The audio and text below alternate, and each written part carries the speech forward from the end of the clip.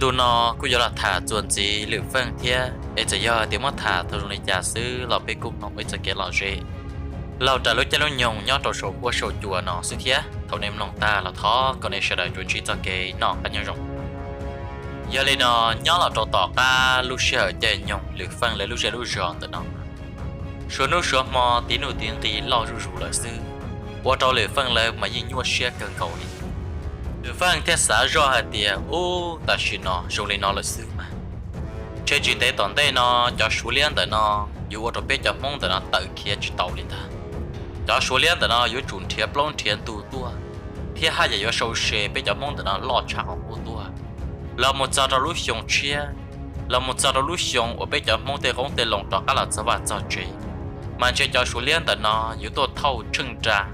nhu chân trà từ cho nhu từ năng tôi thâu là sự chơi bếp cho mong tới nó hai giờ dù chọn nhẹ chan nó vậy thằng nó lựa phân như nhua xia cho họ nó hàng đi lựa phân tiết giờ hai đầu cho nên nhớ thầu sẽ hậu rõ thì ta chỉ nó nè mua đã chỉ nhưng mà nó đã chỉ một sự ấy này chỉ sau một luôn luôn kỳ được bộ tỏ số rồi nè tòn đây nó này tê không tê lông đó là cho vặt cho chế mà số yếu tố thâu tan cho này yếu chọn nhẹ ý rộng gì thế này ha giờ yếu một luôn kỳ là nó mà thầu nó yếu ở trong này luôn nâng bông cá rù nè thầu nó yếu ở trong cho số nó mà chạy chu bé cho mông dùng gì hàng li vì cho khó thì bé cho mông chỉ như tua chai lên ta giờ đây nó nếu chủ chỉ thông một luôn kinh gì là ta chỉ cho môngจะให้trâu lựa phân hạt tiền ô tu nè hay đi nó chỗ có dương hay giờ cơ lại lần hôm bé lu tiệc công ty lòng trọ là một cháu vợ cho chế mà số nhưng yếu tua thâu bé tê lấy tê chú một là trâu bùa số tuổi cho là bùa số tê số chờ ta là ta chỉ có bé dùng ấy tí bé lu lá chay sự chế bé dùng chỉ tao bé dùng một bé dùng nó yếu hậu bé mình tụi mình yếu nó yếu hậu giờ đây nó bé dùng chỉ tao đi ấy giờ giờ tiền nô từ bé con lồng trọ là cho vặt cho chế số lia họ lu bé ấy là họ cả chỉ ta là bé cô lạ nó họ giờ tiền là họ cả ta lại lo bé mà lên chia lại cho họ kế đùa thế thầu số này nó chỉ lừa phân như bỏ to hả tiền ít nô tòn tê nó cho mong nhớ cho họ nó mà vô chạy pla hàng lô giờ chủ cho nhiều cho hú thế thầu tê mong nên nó một luôn thì là một nó liền nó là bây giờ tôi cho xuống rồi nó hai giờ yo tôi sâu sen tàu cho họ u là sư thầu lời phân như bao dung là để tới mà nó mà giờ chỉ kia như chỉ ta đi lời phân giờ sáng rõ thì ô con nè lô lúc sợ chạy nhung nó plon tu lo rủ tua lại cho mong đợi nó lại chọn nhẹ hàng đi lại ấy cú sáng thì bé kia nó ấy sẽ câu nè có hai lý cha lời phân bao nè thế giờ thì có gì nhân đời có là sư có ô gì có hai lý cha thì cú ô lên tờ sư giờ này thế chính cái chữ kia là chỗ kia chữ đi là sư ta chỉ lời phân của họ bao thì giờ lời phân cái chữ kia thế cho số nó hai giờ tua cho mong nó cha cú cho khó hay thì cho số nó nhưng chỉ chơi lại đi vì lỡ muốn nuông kỳ tàu là giờ lời phân là ô chỉ tàu đi cha là nhớ tí số cho cái phê sư tôi nhớ là tàu ở bên đó thì cho ta số này nó tôi sầu xe nên nó tôi mong chu cho bùa giờ cái dàn chùa nên nó tôi mong tàu đủ trâu nó thảo lời phân ô chỉ tàu cho cái phê lần tôi cho số nó là lời phân tiết giờ là sẽ là tôi cho cái gì mong hay thì ta xin nó bây giờ chúa xuống kỳ là mà ta chỉ cho xuống nó nhưng ô chính gia rồi bây là cho xuống nó nhưng ô cú anh đại ô cú anh sau rồi bây giờ giờ để bây thấy nhẹ ta rồi cho xuống nó kia là cho xuống cho tuần đầu bây thế tua bây này nó thế mà sẽ này hay là giả sử trở lại cú sa mà giờ cho xuống thì tua sâu xe cho bây lúc rồi nó ấy chọn gia là để bây cú chịu lịch giả ta chỉ giờ để bắt từ bờ tứ ấy tua sâu xe cho bây lúc rồi nó cho chính gia tôi mà bây giờ nên thua chế lịch giả bây thoát chế lên ta nữa giờ mong đợi nó chỉ mới cho thiết giờ thì bây giờ tôi chỉ tàu đi cò bó rồi khỏi bây chúa là nung cái tàu hàng đi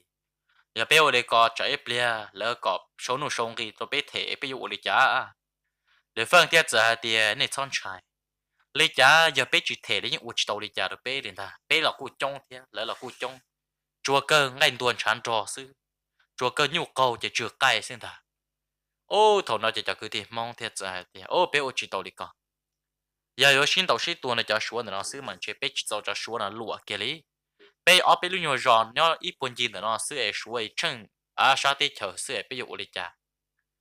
lửa phân xả ra thì ô cho nhiều mong đợi nó là những chi ba cái này thế giờ chỉ chơi cá liền lên tờ mấy nụ lửa phân bao nhiêu cái chậm một quả cái thà tê trâu xuyên trâu tê thầu nào mà mong giờ con ở lòng lo thiên tàu chắc u lại đâu khó thì u là một thể xe thế u là một nọ thế cho nên nó cho mong đợi nó thì ông ba còn tàu là một thể trong lúc sống chia thầu trong nên nó cho mong thế lửa phân là nhá u đi xuống cho cái phê có tại lúc sống cho nhớ là trong lúc sống toàn tê nó muốn nó mình chỉ là em mà lên thiệt đùa lửa phân nhà tại thế giờ chỉ nhưng giờ hai đôi lửa phân hai tia mi vào sắp bông xia ta lúc sống chia nó bé tia công tê lòng cho cá lọt cho vào cho chế là giờ lên nó bé mà chủ thể tao cho xuống để nó cơ li à tao cá bé thể ta là chỉ bé mà trâu xuyên cho cá uống liệu uống tê là một non gì sư vì nhớ trâu dân tu thọ uống tờ chỉ nhưng uống liệu uống tê nhưng uống play non cái cầu sư na giờ thọ tư chúng mà món no là chỉ nhưng tua chai một linh ta giờ lên nó nhớ trâu lúc sống nó chỉ là giờ trâu thể xe nhá nhá trâu cho xuống luôn mua tên này chỉ thể tao xe li mua tên này chỉ tu này chỉ mua số khế là tu chỉ dùng mua số khế à có ta lúc liền đó số tao số ít lúc liền giờ có chỉ mua chỉ đâu số để số cho có mua hồi ít lúc liền đâu số我da我热我khế lại số tên liệt tên tê thì số tên liệt tên tê thì xin ta họ nói chỉ cho mong mấy cho chỉ mua nhia chỉ có tao mua số khế mấy cho mù chỉ để cho cá lọt chế ta chỉ mấy cho mù chỉ cho cá lọt chế là giờ lên nó nhớ cho họ lúc rồi mong họ nó chỉ mua ăn nhẹ gì cái cho chọn nhẹ cái là cũng mấy tuần xài thế chỉ nhớ cho lúc xong nó là giờ lúc xưa họ nó số chỉ tôi sâu xe thà tôi sâu xe ăn nhẹ gì nó chỉ mua nhẹ sẽ thể cái này là thế giờ thì giờ lên nó chỉ cho nên tuần xài mua biết khế cho ít lúc lì tòn tê nó để mà đi cho nên tuần xài đó cá tôi đồ nè chỉ nên cho xe thể tại lúc lì nè chỉ lúc lì to mù lúc lì chuẩn gì chỉ nên chuẩn bị thể ó ở này chính là nó thiết giờ thì ô trong này nó lợi dụng để trả có gì tôi làm gì thiết giờ thì giờ này nó chỉ mình xài để có một mũ là khé tôi xài thiết giờ thì nè thiết gì cũng chợt lùa ấy cũng mà lên một nên lâu lợi nên ô chỉ tàu hồ lửa nên nhớ tôi tận nó nên mình thấy nhận thiết gì ba thể ở lì tòn chuẩn gì nó nè hiện có nè chỉ thiết giờ thì ô lên tàu mà mình xài một cái sai sửa chỉ có tôi khen cỡ rộng thế tôi xài là nó dẫn ra sửa mù là xóa sửa cho một đã chỉ lại là từ tàu lọt tàu đây lòng tàu tàu cá nó sửa trở nên nút tua phê đồ mong rủ sư ta sửa này chính là nó chỉ nhớ được chế toàn trong nu hoặc cái tuần sai cho cá lò ba lọt chế cái giờ cho tàu xia một ở đã ở ra một sửa đã sửa ra thế một ở à tiếp tục mong muốn nhiên đã ra ở liệu ở tê hiện cái cô giờ tàu mình chỉ nhiên mình chỉ chia cho là một ba sai cả tàu ba chuẩn gì tàu lúc thì tận tê ở tàu thể nó thầu cái tuần sai mùng tế thiên tế là chỉ ở nhà chỉ bỏ cho các lão ba lọt chế là ở đây chỉ nó nhớ nhớ xia chỉ bảoอยู่ở ra từ li giờ đây nó cái giờ sáng rồi thì chỉ ở tàu một xe là tàu chữ rõ cho bỏ cái tuần sai tôi muốn tế nó là chỉ bỏ cho các lão nhớ xia cơ li giờ này chỉ cho tàu kế là một xe là tàu chữ rõ ở giờ lựa phân giờ gì thầu tôi một giờ thế giờ là một xe là tại lựa tàu lựa phân giờ gì chỉ lựa phân giờ gì thế giờ thì ô giờ này nó 我讲那我牛我只那只做一顿木诶，那我做那顿菜木，那宝宝啊，就叫说呢赔不了家，做了只多那顿菜了，你么的菜我都我地大哩呢，我讲那我顿年钱的，讲那顿老了，那问菜多淡薄哩，我能要钱最多先呢，那顿菜就要淡薄那就说，搞下搞一路熊那是，你只有么路能力啊当地呢，我讲那只有么那顿菜装那说么哩，而那钱的那我只包哩家，贴着的哦这样。từ một trò một in tù là mà lấy sát tàu giờ nó tuần sai chỉ lo là chỉ bỏ cá một thiệt thiệt thằng nó chỉ ô để phân là nó thiệt chỉ để phân giờ hay tiệt ô cha nếu ô ấy giờ đã chỉ nếu chỉ tôi một xe là trâu cũng giờ chỉ ư trò giờ ô là mà lấy ô là bao nếu tí tuần sai nếu dù kia na món này pla ô cha nếu chỉ để chọn cho xuống là nó mù đi là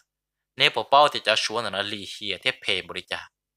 nó trong lúc xưa thằng nó chở nè chỉ để qua là sư khẩm long là sư chỉ bảo dụ ra từ thằng trong này nó là chỉ lửa phân tiết giờ hai tiệt lý trả là từ mua thấy tâm nó chịu xì là chỉ nên thắp bông xia nên tất cả một vài một chế ai chế ta kia cũng mà lấy một là cho bùa tỏ một so sẽ học bỏ nữa cá tôi bỏ tàu nữa lử na ai sẽ cho xuống là nó cho nên một khế cho nên một đã uống rồi lấy trả lại nhớ cho thằng nó lấy phân nhớ sẽ hàng lì lấy phân nhập bao là hạt tiền giấy tuôn xài cầu xa cầu gì lúc xong cho giấy tuôn xài luồng câu rong câu gì lên nọ thế mà cho xuống là nó nhưng mà cho một lớn nhẹ dâu ít khó là nhưng mà cho một muôn gì lên là lúc nó chỉ lấy phân giờ tao kể chăn trái tôi một là cho bùa tỏ xuống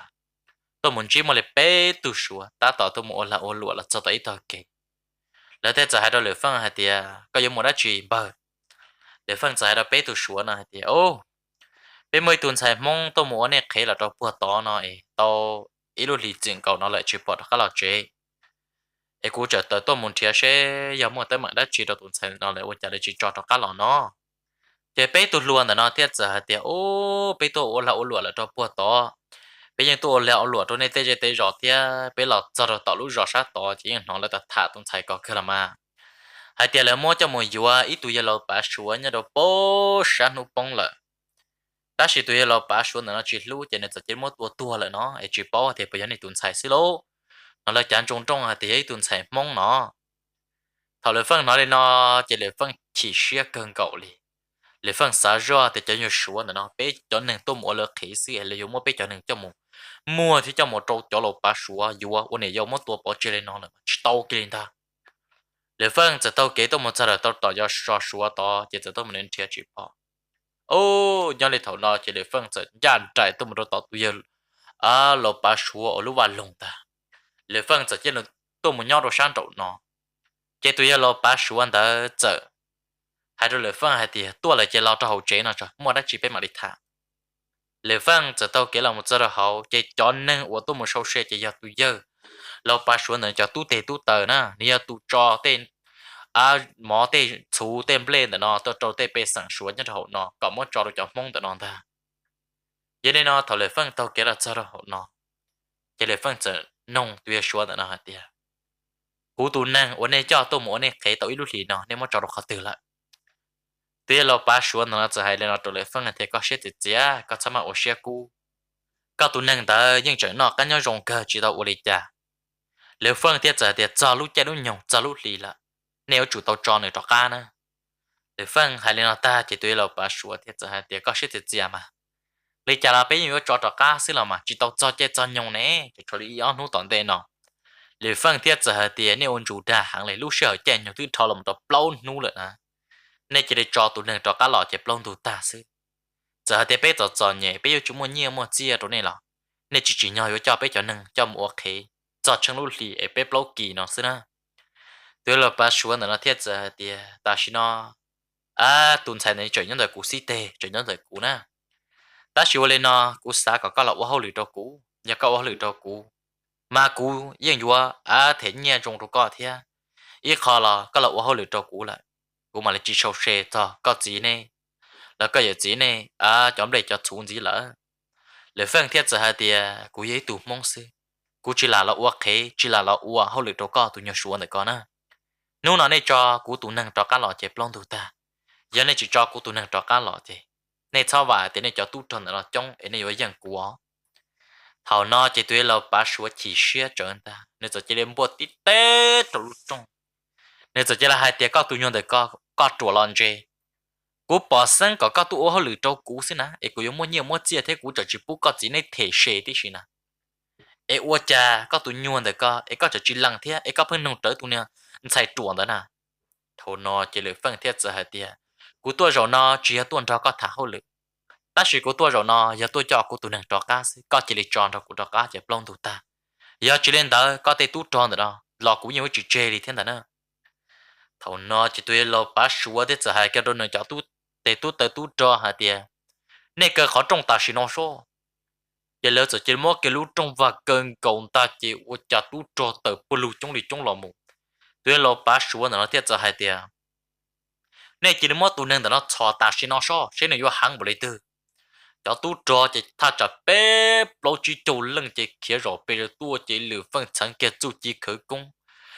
cho lo này tan ta dập lại chỉ té lại tao nó tua một số chỉ u nó cho số tao rồi rồi bây giờ chán từ xì là mồm ta lệ phân giờ chỉ đến cho xuống nó xin tàu xí tua mà mua chừng chỉ mua chừng lệ phân giáp là nó thong cầu nên đi chuồn tàu tí té một đi xa gì tu xuống trên to blue cho bé lệ phân giáp là nó thong cầu nên trăn ta tua tí té tua một mấy tu xuống kia là một sao này tuôn thọ ya chả chuồn trò sư tuy là bá xuống trên gap lo cho hậu chế cơ cái lúc khó trong tôi chỉ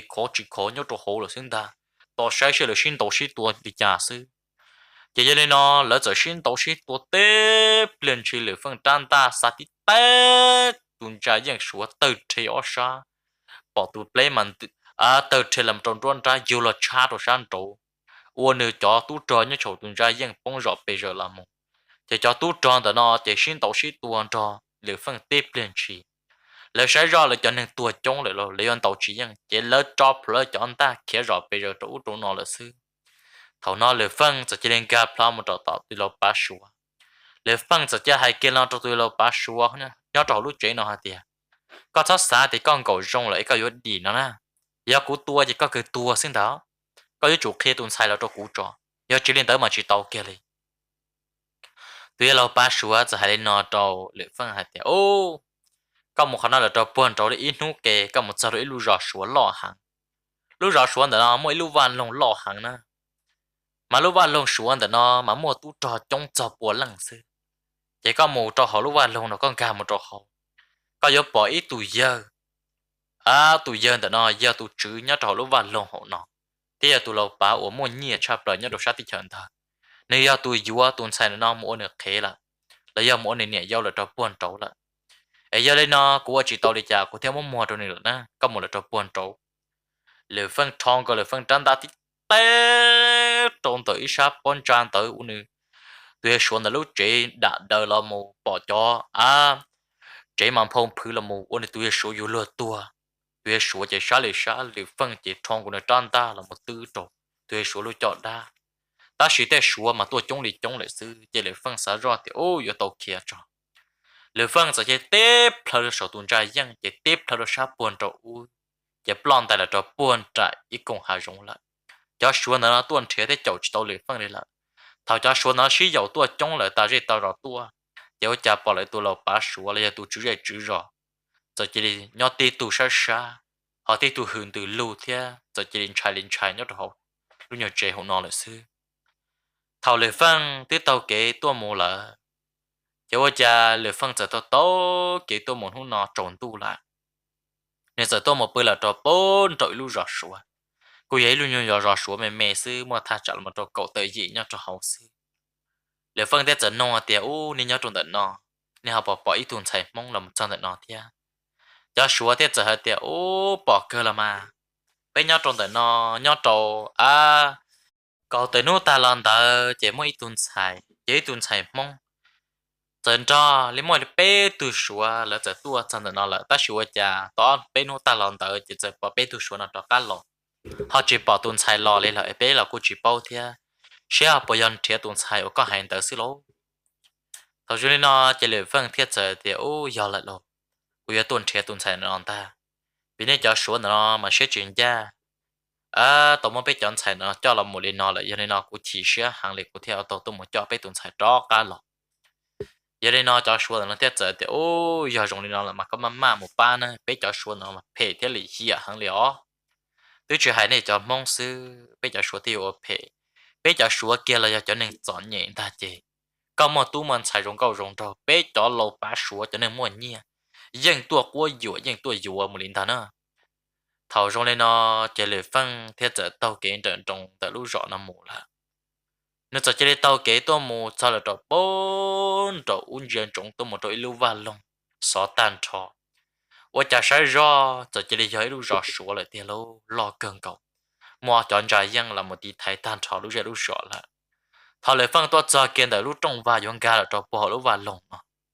我假就只能một chút trò mà cho cầu tới lần là một rõ lúc trong và được nó thiết giờ hai trò lại phân hai thì có tụi nhom mong được có tụi một đá trí lại phân thiết giờ thì của tụi một cả khử là hậu nên lúc rõ nó xứ lại thiết giờ hai thì giờ bây giờ số tua chỉ một tàu ta xuyên này cho mong tua chỉ một chỉ tàu này cho cá để phân thiết giờ thì thọ luôn cũng mong mình chỉ nhẹ nó thế cũng mong mình chỉ nhẹ cho này thằng này họ cho cũng cao ăn lòng cho để sai chỉ lấy phân cho thâu tụi khó nhẹ chế rồi là chỉ lấy tiền giờ hạt tiền ổn định đó là mà mua cho chua nữa có yêu chủ tông muốn nhót thon tiền hồ có lấy phân tiền giờ hạt tiền ổn định đó là mà chỉ cho nên số nữa cho tại lấy phân cho nhẹ ta chỉ lấy phân dẫn ca một trò hậu thằng lấy phân ca là một giờ chỉ với cha giờ phải lưu chế mà rong chuối lưu văn lòng hoa tẩy lưu chế hoa tẩy xí trời do tu chữ nhớ trong đời lưu chế là lòng ta nếu luôn bề hồ sĩ tổng nó thầu nó chỉ sĩ tổng nhớ trong đời lúc chế nó mà sĩ tổng mà chế tụ bọn nhẹ nè nếu mà bao tụ bọn nhẹ số họ ít tụ bọn nhẹ mong ta sĩ tụ bọn nhẹ mong nó xóa này cho được họ từ lò tụ thiết trâu chỉ tụ xài hoặc là cho tôi một đôi sĩ tổng à dù bọn nhẹ ta sĩ tụ tia sĩ tổng cho tôi một dù đó bên hồ sư chỉ nên chỉ một tụ xài nó tua lại nó nè chỉ thầu lệ phân là một giờ cho họ lúc giờ họ nọ giờ này nó liệu phânจะ保路chế我用就chế或带的，接着要系统的，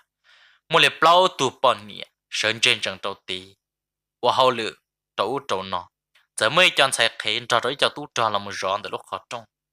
，họ tới bây giờ xua mà nhớ bờ luôn lần tiền đâu đâu nó, cho xua nó mà lại từ số chân chế thế, lại từ số bạn mang trả bây giờ mong lại, cho xua nó mà lại từ mua nó mua chữ là một cả, lại từ mua à kia mua khử là một mùa đau mùa xó lại họ bây giờ mong mà trở chọn nhẹ hàng li bây giờยังchỉ mùa nọ mùa chữ li chỗ ô lê ô tê khứ li cha cháu li cha chỉ nọ li đỡ sư họ cho xua nó mà lấy từ mùa tê à năng là một tí thái lấy lúc dễ lúc rõ là một cá lấy lúc tê lúc chờ nhớ đồ san tờ là thọ lời phân tôi một bỏ tu tê tu tờ thế tu trò mà trong li trong là một rõ để lúc chuyện tờ lời phân thế bao kia là hết tiệt giờ lên nó mà tu nọ lia tu chữ mà giờ chủ yếu nhớ trò hậu là sư chỉ lệ phân do chủ động chia cả tới lúc chạy nhung gà một tàu xã hậu nó mà nó chỉ lệ phân sẽ ở chu là một cái cả khứ chỉ số tên nhua chờ nhau chờ bự chỉ số tên nhua chờ muốn đâu một sọ nhớ trong nó mà bỏ tên lo bá số tôi một là ô lụa trên năng rõ bây giờ tôi một lò liền số mà tôi trong hàng đi là giờ đây nó nhớ trong mà nó chỉ tôi li là chỉ số tên muốn đâu một sọ thế cảคือnó tự trọ cả một một chế ta là mà nó chỉ lệ phân chỉ linh chế là một nhau rồi ít lúc cậu chế xí cần cậu nên cho nên chứ tôi một đôi lúc rõ số nó tiếp liền li là chỉ số chỉ lệ cờ khó trong vạt ta là mà tuần trai dân nó xí cần cậu li giờ tuần này chỉ một bằng sự mà nhiều thiệt chỉ thầu li nhớ cái trò mà nó sư chỉ lệ phân chỉ lệ mà nhà thiên ga tôi một đôi tọ tùy sĩ tổng lúc chế nó 我家头多么早，就是把都着嘛，短大多点绕绕背着。谁多么我家把系统包多半年，只多半年的，mà ta tỏ đã để rõ bây giờ sư. Giờ lên nó lựa phươngจะตีลงจากเราจะชาต่อnó, จะbỏตัว系统 nãy chỉ con giờ.ตัว系统 mà sẽ tới trang ta trong đời nó rút đuổi những chỉ tròn trang ta đời linh ta. Giờ lên nó tiếp liên truyền tới chỉ系统 จะnhận chạy cho hậu gia thì một bữa là chỉ cho tu tê tu tờ tu trò mà rõ rõ bây giờ nhớ đồ sang đồ nọ lệ phânจะ chỉ đi gặp là đồ sa tòn đây là một nhớ cái đồ sa tỏi yêu sĩ tổng lúc ra sa tòn ta lệ phânจะ chỉ đi gây cái sọ cầu chế nó là một lệ phânจะ chỉ đi gặp là một trò yêu sĩ tổng lúc ra 我这yêu sĩ tổng tự chỉ tao là ra hậu ra lệ phânจะ là một trăm tu luôn tới 我这yêu sĩ tổng gặp là cái đồ hậu ra lệ phân cầu cái gì san tu yêu sĩ tổng là một trăm tu luôn tới ra cho nênจะ chỉ lấy cái nữa sa khẩu nếu tên dây kia là sổ ra nếu muốn người ta chọc luận đấy sa 我家大型导师这里分超乱大了，我顶狗有系统路叫单他，头那这系统thiết giờ thì có tụ nhuận năng đời có gì lần tứ, có một bằng sự cần có chỉ bảo thì cũng nhận nó do chữ do vật thì hoa tài nó, 我家có有我哩có chính chạy tua lo, có chính chạy có lúc cho đã dạp lời lo, lựa phân giờ hai đầu系统hay thì có một của tụ năng đầu tư là,系统thiết giờ thì có tụ năng tứ lựa phân thiết giờ tiêu tuân sai và có tôi dùa nhớ tổ cổ từ nút ta là nó giờ系统xa系统thiết giờ thì ô có hai年tiền đó lo tụ bao年tiền đó chỉ có sát tàu có một là trò buồn trả của cá rồi là trò buồn là có nè cũng một sống bún nhục bún tự trong đó có ta là thầu nó lựa phân chỉ sửa hàng lựa phân tròn to lo lựa phân trăn ta sửa tí té tổ系统lúc chọn đa ôi chăm lồng gì đó xây nó đâu sao tỏ sử dụng chịu đi trả lên ta系统 tên trị của người lừa phân giải tiền trận của isa pan tràn tới 系统thô lô nó trăn ta té tôi một trò lửa phân我家lửa phân thong của lửa phân trắng ta là một thái lửa phân trắng ta blanc blanc là một tí té trò xì tổng lúc ra từ thế ở xa xì tổng thế lửa phân cái xin tàu nhớ trò xì tổng lúc ra我家tiếp liền xin tới trên cái té trò là một lúc họ trong từ chùa rồi sáng trò nó tu trò từ rồi bây giờ tỏ tên đã tên là một xì tổng hai cái đó thì cho tu trò thì cho chua chỉ đi cho tu nâng để nó cho bút đi cái này nữa cho có tông ta đó xuống theo rồi bây giờ lo chơi lửa phân tròn ta lại tôm một nửa chọn ta đã rồi bây giờ tí té té tu chỉ là một cái nửa hậu xuyên trả chuẩn cho té tu chỉ sát tí té nửa pla mà chỉ bỏ hai nhiều bông bự lửa phân kia là bé chuột tòn té nó chỉ tu cho là một vị vợ tan trò trong lý trong sư sĩ tổngจะให้แกเราเลยเดียเนี่ยจะก็ได้ออชาโซตัวนึงแต่เราอยู่ห่างบริจาแล้วจะแกเราออชาจะทนเราเหลือฟังจะเสียขี้sĩ tổng choเราเนี่ยจันตาsĩ tổngจังกาที่เราไม่ใจร้อนตาsĩ tổngจะให้เลยนอเจ้าเหลือฟังที่ก็ตัวหยกมงเด็กก็กูไม่รงจูกันเลยเทียแต่sĩก็สาที่ก็ตีหลังซื้อก็ยกเขียดีกว่าจะตู้จอใช่ยี่โจตัวใช่โจเรื่องนอแล้วก็ตัวนึงแต่ก็จะจังตัวทอตัวเนี่ยโดไปรู้ว่าลงของนอนตาเดี๋ยวฟังเตี้ยใจเราชีตองให้เตี้ยกูตัวเรานอมาจียากูยาตัวปล้วันตัวจังในตัวนอได้จีแต่ชีกูตัวเรานอยากูสาตัวจอกูตัวนึงจอก้าวีเนี่ยจอกูตัวนึงหลอนเตนอละจีปอเนี่ยจอกูตัวนึงจอก้าหลอดจะว่าจอเจนู่นนอกูเทียตัวจอกูตัวนึงซิชีตองเตี้ยใจให้เตี้ยยาก็ให้ตุนใช้ป้อนเนียนเตี้ยว่าเลยมัวจอกูเตอจีให้เราก็วันเต้เป้าเนี่ยกูมัวตัวเลยsĩ tổng hai cái lên nó sẽ chỉ lừa phân giáp lời tao nó tiên đi cho sĩ tổng thì để bế chuẩn cho ba lô đó tao nó sĩ tổng giáp lời tao cho lo sĩ tổng trăn đã chủ tít té lừa phân trong của lừa phân trăn đã làm một thái uốn lừa phân thì ở bế chuẩn cho tao đây nó sĩ tổng sơn trên chẳng khó u sư sĩ tổng trăn đã mà lo thiên nhà thì mua rô hàng liền sĩ tổngจะให้โตlừa phân hai tia có tụ nhuận được có chú trọng để có sự ấy có yếu tố tí thái tôi cũng tôi sử dụng một genre đó có bộ bao thì cũng giấy tụ nâng đó chạp là nhớ sát đi chân đó cũng lúc giờ mà lo hàng li cũng một bằng sự cả tôi tụ phơi từ đâu cũng một bằng sự mấy tụ phơi từ đâu đã tư uống phơi từ đâu tua kia nó là có chỉ bao đó lệ phân sao rồi thì ô giờ tụ nâng đó một genre tam bộ đấy nó ấy cũng要trả tờ trả dân luôn chơi cũng要tờ trả tua chỉ tôi sử dụng nó kia li 我家大新的世界是同亚不到多专门个里啲都来叫都贴都都唔来有先的，你分当家先諗砰，我哋你分一啲我就當咗當咯，我哋你分真大不啦咯，你分咗看過你分真大亞不得嚟得就對是同好先頭不殺到，也是同本波一件事情只我哋家，一就係到你分係啲，搞到亂的個，容易搞先個做乜本事添咯。也是同参加组织可公道tên đi liệp trong đó phong vô nên lửa phong giá ý tì để một thằng chạy bao chí chùa vào đó tông cứ trường trò đồ tận nó lửa phong nó này chế mò cú lù là ô tụi nhỏ sĩ tông nó hàng tì tì lại lo 我家大是那是同亚不到多这类分子这里不给的都找到那亚不是同长大狗的的找都鸟的都找多给大是的。是同下呀起是同拖落是同单单là một chỗ lưỡi phân ở bên tây y lại tua rồi lưỡi phân hậu xía chỗ này lưỡi phân lúc chọn tua tan thọ lưỡi phân chẳng tiếc là đồ sát tỏ cho số thì chỉ giáp lưỡi tỏ nó là mua chọn lưỡi phân chọn ta chỉ uốn nữa cho tây tu là mua chỉ uốn nữa cho hậu xía chọn từ xí là mua chỉ uốn nữa tôi mua uốn nữa cho lúc đó giờ là tu là mua uốn nữa tao bự luôn tao sĩ tổng thiên khó nó cho tu trò thì cú thứ hai có này giá của đây rồi nè nè tôi chỉ tao đi trả lo tu nâng được con nè chỉ đi giá của đây lấy cho tu trò thì chỉ giá rồi bây giờ chỉ sĩ tổng giáp lợi tao tu thong có tôi trả mũ thì trả đa sĩ tổng thong của này trả đa tí té lưỡi phân thong của lưỡi phân trả đa là một thái sĩ tổng thong của tu mũ là mông câu tí té đồ lưỡi phân hậu xía bảo lưỡi phân thì lấy bao chí đồ tao tận đây vào đó tông đồ sát tao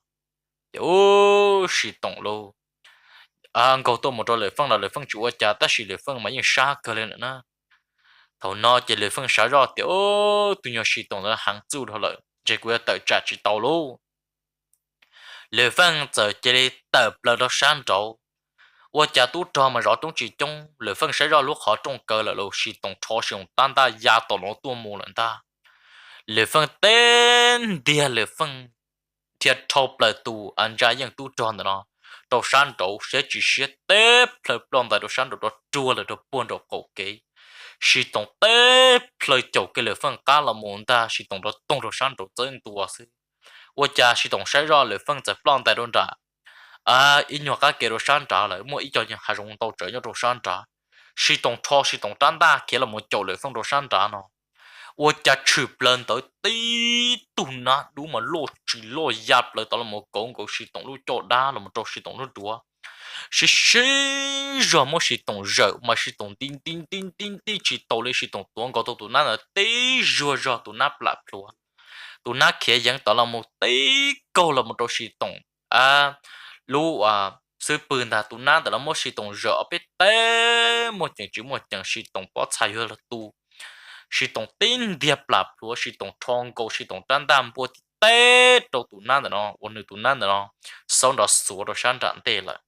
sĩ tổng giáp lại bên nó thong câu sĩ tổng tan đam dễ té tụi một tụi nó ở chậm lật bờ bỏไปเดินไปเลยตรงต่อซื้อตุน้ำหลังปลาโดชันดาปอตุน้าเขียนสวนดันเตละเจสิตงจะจะได้ชาลิชาชอจนตัวตรงต่อเลยซื้อเทียอีเจมอกุลูจนได้เตปอชาจะจ้าตาเลยละตุน้ำแต่เราชิจอมไม่เจอเท่าละว่าจะตัดสินใจตัวจอจะจะได้ตัวจอไปจ้ะถ้าเลยตัวจอจะเลยเทียจะให้เราสิตงเดียวโอ้โหเลยจ้าสิตงเทียจะเดียวจิ๋วเลยจ้าแต่สิในจอกูมันต่อเจจ้ะแล้วจะจะมั่วสิตงปะปังเทียจอจะก็เราหมดสลับปวดต่อวันลงsĩ tổng thiết giải rồi là để nhớ trong món nào cũng trong món xa là nếu chủ rõ trong và có khó nữa sẽ xuống tên nó có khó đồ của thầu nó chỉ sĩ tổng giải rồi là để tu nâng để nó trong món rồi nếu như mà chỉ lọt thế thì thầu nó để tu cho mà rõ trong này trong để nó vào lông để nó lợi sư họ sĩ tổng chỉ là một bữa tết tu sát chỉ sa mà nó sĩ tổng cho bọn nhẹ là một đôi sĩ tổng bữa tan cho hậu thế là một say thì thay sĩ tổng đi sĩ tổng trang ta để cho trở nên nó lút ra sư bình trai chả muốn anh phải tua chỉ theo tàu tịt thái đó nè ta kỳ sân gió sư để sĩ tổng sở lọt do sĩ tổng thiết giới nên bảo tụi nhon nâng nằm mó tụi tiêu là cho hậu tụi tiêu là cho hậu chỉ bao liền sĩ tổng thiết giới thì tụi nâng để đón chia dù chủ mất tua bỏ chạy khỏi tàu cho thiết chưa cho chùa của cho hậu lử thế tụi nâng để nó cũng rút thôi lại của chủ chỉ bút chơi để nhớ trốn tiền tế nữa ta nếu nó lừa phân trâu xa hàng lừa phân giới kia là một chân đó này chỉ xua lo lâu lệ phânจะ là một số thế còn được khăn nhớ trong là anh này chỉ số là lâu lại lệ phânจะ nông cho anh này chỉ số nữa hả tia giờ lên nó nếu học bao tụi nhau sử dụng cho anh này chỉ là lâu nữa thì sẽ đâu lệ phân hả tia ô sẽ có bây giờ hai tụi sử dụng tụi chữ cả lúc vào lòng nhớ trong buồn rầu sữa thầu nó chỉ lệ phân thiết giờ thì do cơ là mà thầu nó cho anh này chỉ thiết giờ thì ô do sử dụng nó mà giấy tụi này mua rõ hàng tôi sĩ tổng nó thầu này du lò mà ní giấy tụi nên mua rõ hàng là nếu mà bé bao chỉ lúc sống sư mà để tôi mua số mồm bể thế này tôi giấy tụi nên mua bằng sự hàng nếu trang đa mà nhà hàng này nó nếu trang đa mà cầu tụ chỉ năng giờ thì bằng cả tàu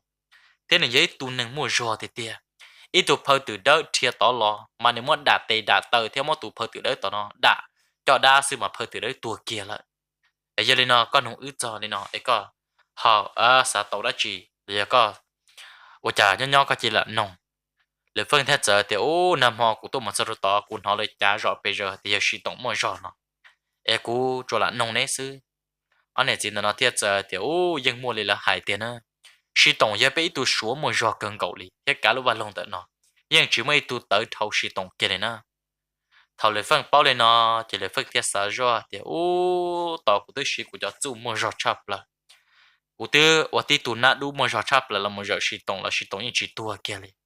，mà有主要哩nó là lâu, rau non chỉ ở tuổi như mà lâu, thầu nó chỉ là phân giờ mò trò mò sa, nếu giờ là một rau kho nhớ trò hậu lúc chế hậu nó, nhớ tàu ấy nó nó chỉ suối những chế trở sẽ tuổi nhuận từ nó giờ lần từ, ủa cha giống một rau tam bảo哩, thầu nó chỉ sử dụng những chế cái chúa sư, giờ tôi chỉ tao tụi nó thế cho chỉ tao tụi nó lọ chỉ sử dụng lúc chế những chỉ cả哩ta, na ấy giờ này trong nhà chỉ cái tên trang tụi nó chỉ cũng thả là vấn đề cho chuyện gì nó cho cũng mà là thả tuần gì trong tụi tuần đây nó sẽ vừa lọ sẽ trong lòng một tụi người cha